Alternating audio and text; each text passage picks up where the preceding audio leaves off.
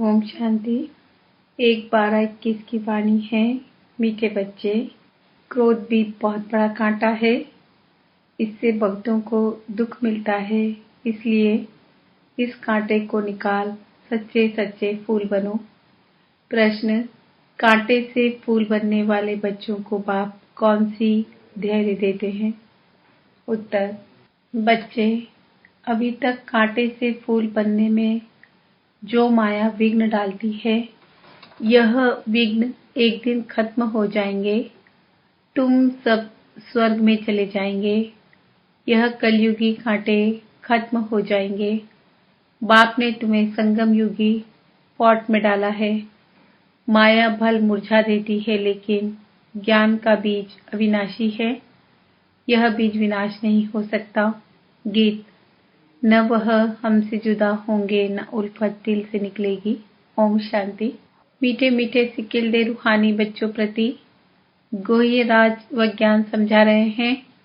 एक तो बच्चों ने गीत सुना कि बाबा, हम आपके ऊपर बलि चढ़ेंगे, भल कितने भी सितम सहन करने पड़े। सितम क्यों होते हैं?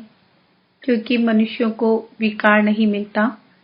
यह तो बच्चे जानते हैं कि हम न आत्मा को न परमात्मा को जानते थे, न अपने आप को न बाप को जानते थे। इसलिए जैसे जानवर बुद्धि थे। लौकिक संबंध में तो अपने को जानते हैं, बाप को भी जानते हैं। इस समय के मनुष्य अपने को और पारलौकिक बाप को बिल्कुल ही नहीं जानते हैं। कह देते हैं परमात्मा का तो कोई नाम रूप देश काल है ही नहीं, तो फिर आत्मा का भी नहीं होना चाहिए। आत्मा को भी वे लोग जानते ही नहीं। कह देते आत्मा सो परमात्मा। अभी तुमने जाना है, वह तो सिर्फ नाम मात्र कह देते हैं आत्मा और जीव। आत्मा विनाशी है, जीव विनाशी है। अच्छा, आत्मा क्या चीज है? उनका रूप रंग क्या है?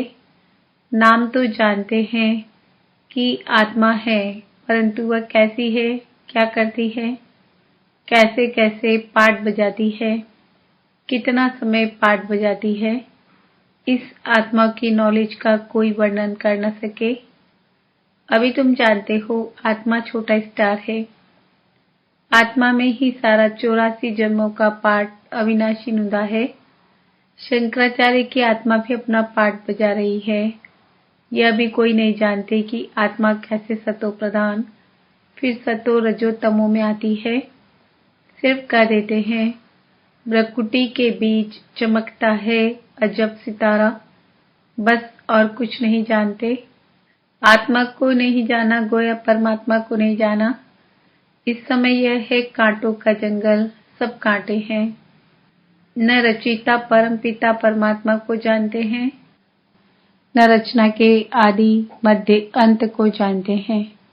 तुम बच्चे आत्मा और परमात्मा को जानते हो, सो भी नंबरवार पुरुषार्थ अनुसार। बहुत बच्चे हैं जो यथार्थ रीति नहीं जानते।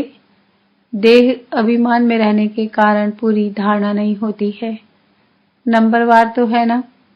पूछते हैं बाबा ऐसे क्यों है? बाबा कहते हैं बच्चे, ये राजधानी स्थापन हो रही है, इसमें सब प्रकार के जरूर चाहिए। पत्थर बुद्धि हो तब तो कम से कम पद पाए। अगर खुद जानते हो तो औरों को भी समझाएं। तुम कहेंगे आगे चलकर समझाने लग पड़ेंगे, परंतु ऐसे भी कोई चाहिए, तब तो कम पद मिलेगा ना। कहाँ राजा कहाँ प्रजा, कितना फर्क है। यहाँ तो राजा प्रजा सबको दुख है। सतयुग में न राजा को दुख न प्रजा को, परंतु मर्तबे में फर्क है। पूरी धारणा न होने के कारण किसको समझा नहीं सकते हैं। फिर कोई न कोई कांटा लगता रहेगा, कभी लोभ का, कभी मोह का। भूतों की प्रवेशता होती रहेगी, यह भी होना है जरूर। तुम हो प्रजापिता ब्रह्मा कुमार कुमारियां। प्रजापिता का बाप कौन? शिव बाबा। बाकी शिव का बाप कोई होता नहीं। यह ब्रह्मा विष्णु शंकर भी शिव की रचना है, तो सब हो गई आत्माएं। परम पिता परमात्मा एक है। ब्रह्मा, विष्णु, शंकर अथवा लक्ष्मी नारायण आदि कोई भी मनुष्य आत्मा से कभी गति सद्गति का वर्षा मिल नहीं सकता। मनुष्य न आत्मा को यथार्थ जानते हैं न परमात्मा को जानते हैं। एक परमपिता परमात्मा ही आत्मा का रियलाइजेशन करा सकते हैं। ज्ञान से सद्गति होती है। ज्ञान तो एक बाप ही देते हैं। कोई कोई बच्चे फिर यज्ञ की स्थूल सेवा भी बहुत करते हैं। इस सब्जेक्ट से भी मार्क्स मिलती है। अब तुम बच्चों को बाप अमर कथा तीजड़ी की कथा सुनाते हैं। यह वास्तव में कथा नहीं है, यह है रूहानी ज्ञान, अपने को और बाप को जानना। वह तो कह देते हैं जैसे पानी से बुदबुदा निकलता है फिर समा जाता है। हम ब्रह्म से पैदा हो पाठ बजाएं फिर ब्रह्म में लीन हो जाते हैं या ब्रह्म ही बन जाते हैं और कोई रचना और रचता का ज्ञान है ही नहीं। ज्ञान तो बाप ही आकर समझाते हैं। इनका नाम है शिव। फिर उनको कोई रुद्र भी कहते, कोई पाप कटेश्वर भी कहते। अनेक नाम रख पूजा की सामग्री बढ़ा दी है। जो परमात्मा ने कर्तव्य किया है उस पर भिन्न भिन्न नाम रख बहुत मंदिर बना दिए हैं। अब बाप कहते हैं यह है कांटों की दुनिया, विषय सागर जो सर्वव्यापी नहीं है। बाप तो आकर भारत को स्वर्ग बनाते हैं तो सारी दुनिया स्वर्ग बन जाती है। यह भी किसकी बुद्धि में नहीं आता। शास्त्र सब है भक्ति के, बाकी हर एक को अपने अपने काम का ज्ञान है। कारपेंटर को बाड़ी का ज्ञान है, डॉक्टर को डॉक्टरी का ज्ञान है। यह है रूहानी ज्ञान जो तो एक परमात्मा ही आकर देते हैं। मनुष्यों को ये पता ही नहीं कि परमात्मा किसको कहा जाता है। गीता में श्री कृष्ण का नाम डाल दिया है। मुख्य बात है ही यह, माई बाप को खंडन कर दिया है तो बाकी सब शास्त्र झूठे हो गए। झूठे पत्थरों की भी खानियां होती है, यह भी जैसे झूठे पत्थर है। पारस बुद्धि वाले रहते हैं पारस बुद्धि सतयुग में। यह तो है नर्क, बुलाते हैं है पतित पावन आओ, तो जरूर पतित है। नर्क और स्वर्ग दोनों भारत में ही है। कोई मरते हैं तो कहते हैं स्वर्ग गया। यह बुद्धि में नहीं आता कि स्वर्ग तो सतयुग को कहा जाता है। परमात्मा स्वर्ग की स्थापना करते हैं न कि नर्क की। रावण राज्य कब से शुरू होता है यह भी किसको पता नहीं है। बल शास्त्र बहुत पढ़ते हैं, ब्रह्मचर्य में भी रहते हैं, परंतु पैदा तो विकार से होते हैं ना। साधु सन्यासी भी साधना करते हैं, बाप से मुक्ति मांगते हैं क्योंकि छी दुनिया में रहने नहीं चाहते हैं। अब बाप कहते हैं पहले आत्मा को जानो कि कैसे जन्म मरण में आती है, कैसे सच्चे सोने में खाद पड़ती है, कैसे 84 जन्मों का पाठ बजाती है।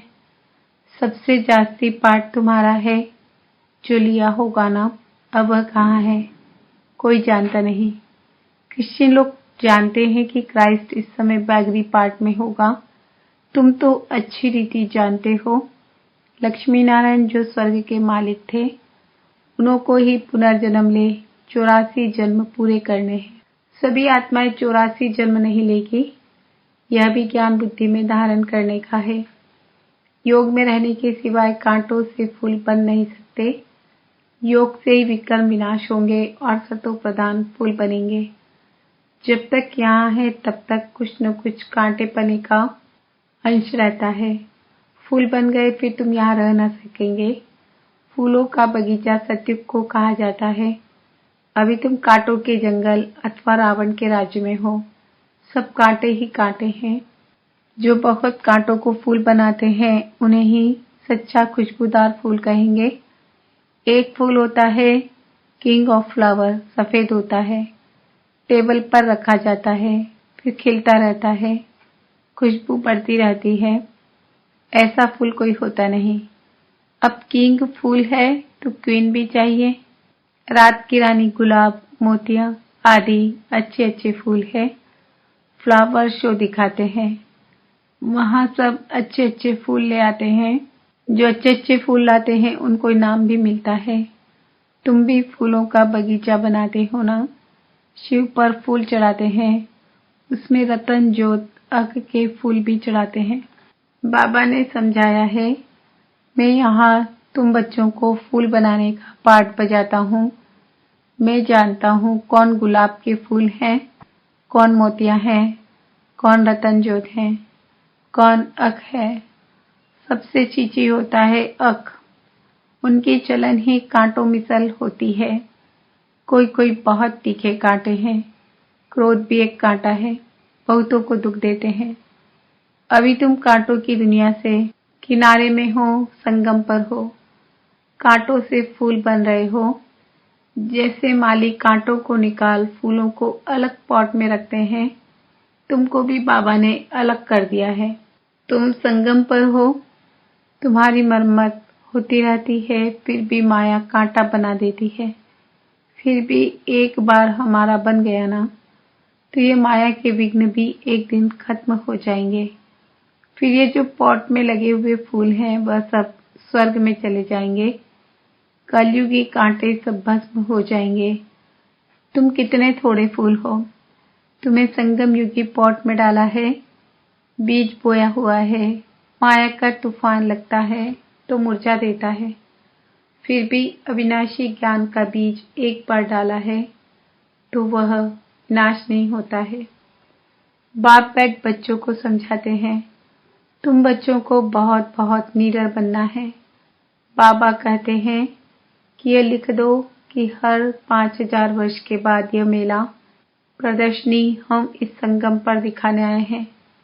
यह तो लिखना है कि यह लड़ाई 5000 वर्ष के बाद लगती है, पुरानी दुनिया को नया बनाने या नर्कवासियों को स्वर्गवासी बनाने। बाबा डायरेक्शन तो बहुत देते हैं, युक्तियां तो बहुत सहज बताते हैं।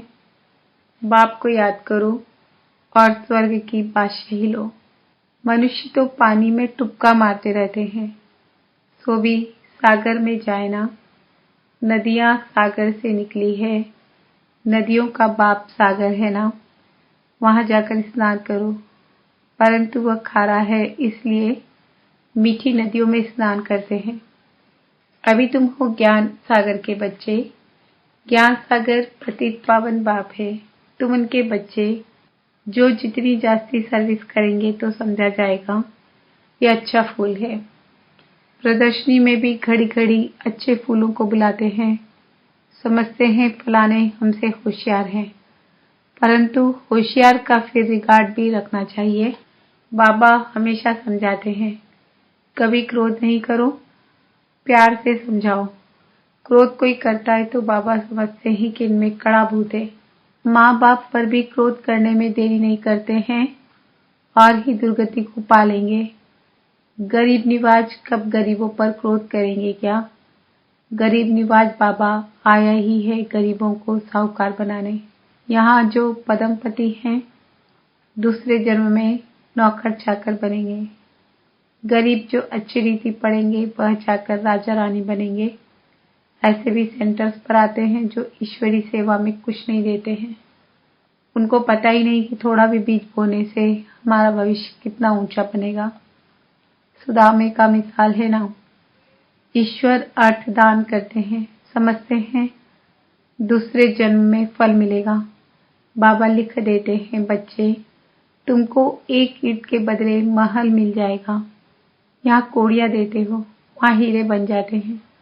इसलिए चावल मुट्ठी का गायन है। गुरु नानक के टिकाणे में जाते हैं, कुछ न कुछ रखते जरूर है, परंतु यहाँ तो बाप दादा है ना बच्चा। मीठे मीठे सिक्किल दे बच्चों प्रति माता पिता बाप दादा का याद प्यार और गुड मॉर्निंग। रूहानी बाप की रूहानी बच्चों को नमस्ते। हम रूहानी बच्चों की रूहानी बाप दादा को याद प्यार, गुड मॉर्निंग, नमस्ते, ओम शांति। धारणा के लिए मुख्य सार, बहुत बहुत निडर बन कांटों को फूल बनाने की सेवा करनी है। सब में अविनाशी बीज बोते रहना है।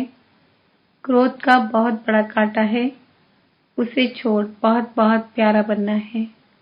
प्यार से सर्विस करनी है, सर्विसेबल का रिगार्ड रखना है। वरदान, सर्व के गुण देखने व संतुष्ट करने की उत्कंठा द्वारा सदा एक रस उत्साह में रहने वाले गुणमूर्त भव। सदा एक रस उमंग उत्साह में रहने के लिए जो भी संबंध में आते हैं उन्हें संतुष्ट करने की उत्कंठा हो। जिसको भी देखो उससे हर समय गुण उठाते रहो। सर्व के गुणों का बल मिलने से उत्साह सदा काल के लिए रहेगा।